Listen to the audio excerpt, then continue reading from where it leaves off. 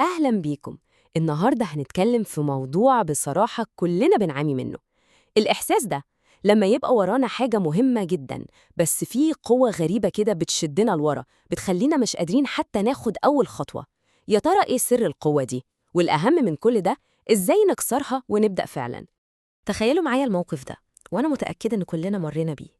في ديدلاين بيقرب أو مشروع كبير لازم يتسلم أو يمكن جبل من المذاكرة متكوم علينا. المهمة واضحة قدامنا وعارفين كويس قوي إنها لازم تخلص.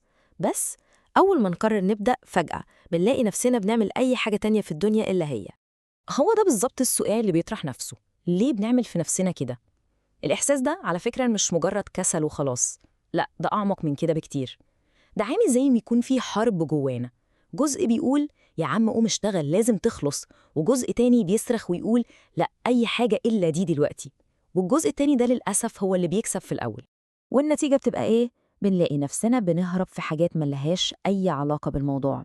تلاقي الواحد فجأة مسك الموبايل وقعد يعمل سكرول بالساعات على فيسبوك أو إنستجرام، أو فجأة كده يفتكر مكالمة تليفون مهمة جدا كانت منسية بقالها أسبوعين.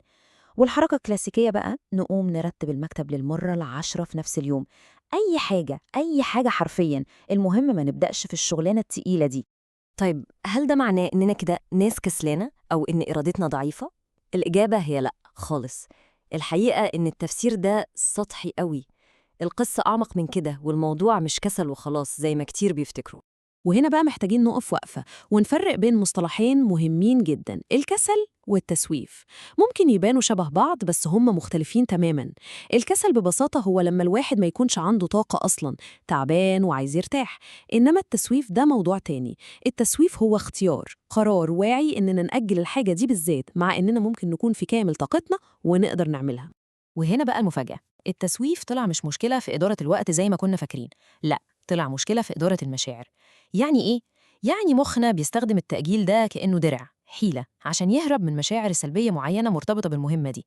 عايز يحس بالراحة دلوقتي فوراً، حتى لو على حساب القلق اللي هيجي بعدين. طيب إيه هي المشاعر السلبية دي اللي بنهرب منها؟ أول واحد في القايمة والزعيم بتاعهم هو الخوف من الفشل.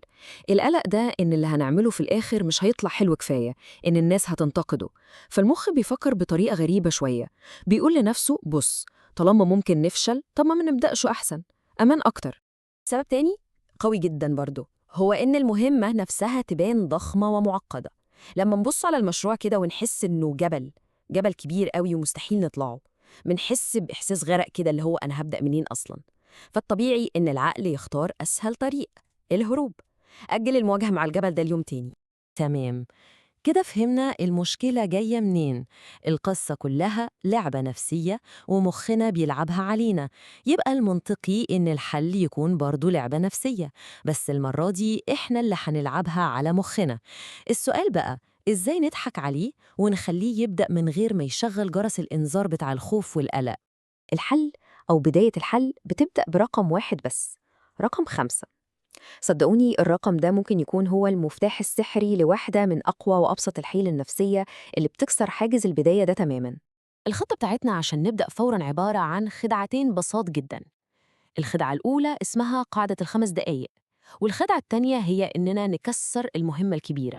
خلينا في أول واحدة، قاعدة ال5 دقايق، ودي بصراحة فكرتها عبقرية في بساطتها.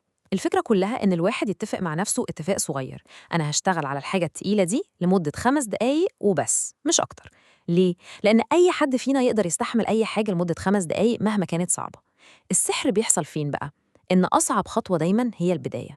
أول ما الجسم يبدأ يتحرك والعقل يركز، الحاجز النفسي ده بيتكسر، وغالباً بنسبة كبيرة جداً هتلاقي نفسك كملت لوحدك من غير ما تحس. أما بقى الخدعة التانية فدي مخصوص عشان مشكلة الجبل اللي اتكلمنا عليها. بدل ما الهدف الكبير المرعب يبقى أنا لازم أخلص المشروع ده، لأ، إحنا هنفتته، هنكسره لحتت صغيرة جدا وتافهة كمان لو نقدر.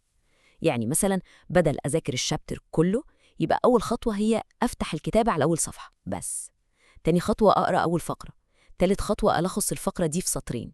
كل خطوة صغيرة من دي بنعمل عليها علامة صح، بتدي للمخ جرعة إنجاز صغيرة بتخليه يتحمس للخطوة اللي بعدها. بنحول الجبل لمجموعة طوب صغير نقدر نشيله واحدة واحدة. وفي النهاية، بعد كل الكلام ده، الموضوع كله ممكن نلخصه في حقيقة واحدة بسيطة بس عميقة قوي: أهم خطوة وأصعب خطوة في أي طريق طويل هي دايماً الخطوة الأولى. في مقولة قديمة كلنا عارفينها بتقول البداية هي نص الطريق، والمقولة دي حقيقية جدا من الناحية النفسية، لأن مجرد إن الواحد ياخد قرار البداية وينفذه ده معناه إنه انتصر في أكبر معركة المقاومة الداخلية اللي في دماغه. وعلشان كده لو في رسالة واحدة عايزين نطلع بيها من هنا النهاردة فهي دي: مش مطلوب مننا نخلص كل حاجة النهاردة، مش مطلوب مننا نهد الجبل كله في يوم واحد.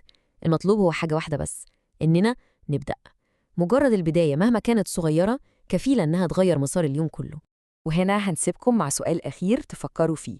كل واحد فينا عنده الحاجة دي اللي مأجلاها، فكروا فيها كده، وإيه هي أصغر وأبسط وأدفع خطوة ممكن تتعمل عشان نبدأ فيها دلوقتي حالاً؟ الإجابة على السؤال ده مهما كانت بسيطة ممكن جداً تكون هي بداية كل حاجة.